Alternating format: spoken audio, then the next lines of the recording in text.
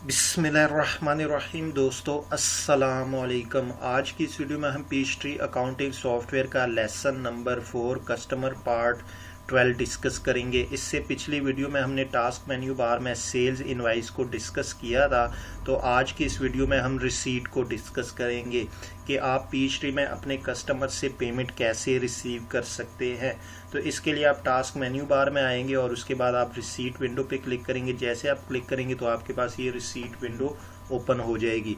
तो इसमें जो टॉप पे आपके पास आता है डिपॉजिट टिकट आईडी, यहाँ पे आप एक डिपॉजिट टिकट आईडी देंगे। उसके बाद आपके पास ये ऑप्शन है कि आप ये जो पेमेंट रिसीव कर रहे हैं कस्टमर से कर रहे हैं या वेंडर से कर रहे हैं। चूँकि हम यहाँ पे कस्टमर से रिसीव कर रहे हैं तो इसलिए हम यहाँ पे कस्टमर आईडी को सिलेक्ट कर लेंगे।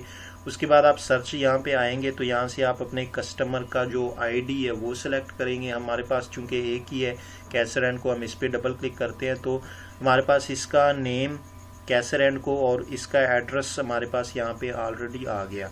उसके बाद हमारे पास रेफरेंस नंबर, यहाँ पे आप रेफरेंस नंबर में अगर चेक रिसीव कर रहे हैं तो चेक नंबर दे सकते हैं। उसके बाद आप यहाँ पे रिसीट नंबर जो आपके ऑफिस में इंटरनली तौर पे यूज़ होता होगा आप वो नंबर यहाँ पे लिख लेंगे। उसके बाद डेट है कि किस डेट को आप पेमेंट रिसीव कर रहे हैं। उसके बाद आपके पास रिसीट अमाउंट कि आप कितनी अमाउंट रिसीव कर रहे हैं।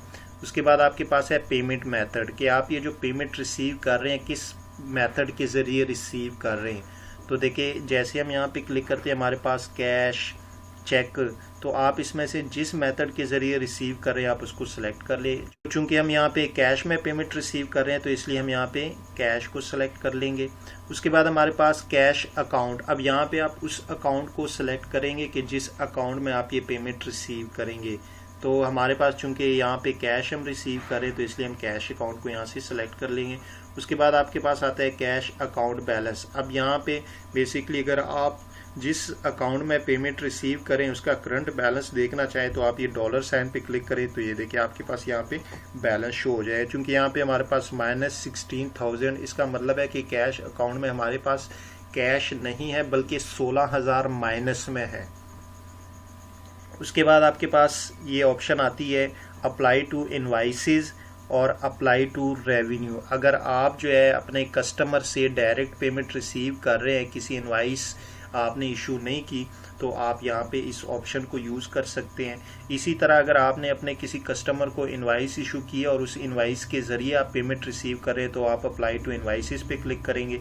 तो देखिए यहाँ पे सबसे पहले आपके पास इनवाइस नंबर्स यहाँ पे आएंगे 0304, ये हमारे पास इनवाइस नंबर है।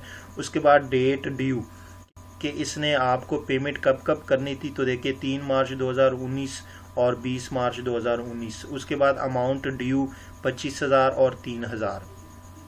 उसके बाद आपके पास डिस्क्रिप्शन है, यहाँ पे आप डिस्क्रिप्शन में लिख सकते हैं जो आप रिसीव कर रहे हैं। सपोज हम यहाँ पे कैश रिसीव करें, कैश रिसीव्ड। अब इसके बाद हमारे पास डिस्काउंट कॉलम है। अगर आप अपने कस्टमर को डिस्काउंट देना चाहते हैं तो यहाँ पे आप उसकी अमाउंट लिख सकते हैं। उसके बाद आपके पास है अमाउंट पेड, यानी आपको ये कस्टमर जो है कितनी अमाउंट पे करेगा। अगर आप टोटल अमाउंट जो है आपकी इनवाइस की है वो रिसीव करना चाहते हैं तो पे क्लिक कर लें।